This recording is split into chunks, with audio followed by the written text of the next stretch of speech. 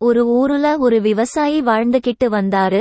அவரு தோட்டத்துல ஒரு நாயும் கழுதையும் இருந்துச்சு. அந்த விவசாயி விவசாயம் செய்ய துணைக்கு கழுதையும், விவசாய நிலத்தை பாதுகாக்க நாயும் வளர்த்துக்கிட்டு வந்தாரு.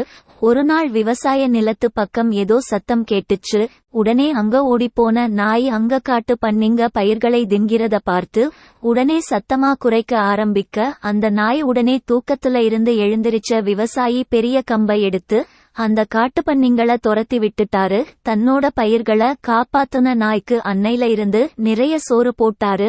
அந்த விவசாயி இத பார்த்த கழுதைக்கு தானும் நாய் போல காவல் வேலை செஞ்சா நிறைய சோறு கிடைக்கும்னு நினைச்சுச்சு. அதனால தோட்டத்துல சின்ன அசைவு சத்தம் கேட்டா கூட சத்தம் போட்டு கனைக்க ஆரம்பிச்சுச்சு. அதனால தூங்க முடியாம போன விவசாயி கழுதையோட இந்த திடீர் செயலுக்கு என்ன காரணம்னு தன்னோட தாத்தா கிட்ட போய் நடந்தத சொன்னாரு. புத்திசாலியான அந்த தாத்தா, ஒரே வீட்டுல 2 குழந்தைகள் இருந்தா எப்படி பாரபட்சம் காட்டாம வளர்க்குறமோ அது மாதிரி நன்மை செஞ்சாலும் செய்யலைனாலும் கழுதையையும் நாயையும் ஒரே மாதிரி நடத்து, 2க்கும் ஒரே மாதிரி உணவு கொடுன்னு சொன்னாரு. அப்பதான் அந்த விவசாயிக்கு உண்மை புரிஞ்சது. அன்னையில இருந்து நாய் காவல் காக்குற வேலை மட்டும் செஞ்சுச்சு, கழுதை போத்தி சுமக்கிற விவசாய வேலை மட்டும் செஞ்சு சந்தோஷமா இருந்துச்சுங்க.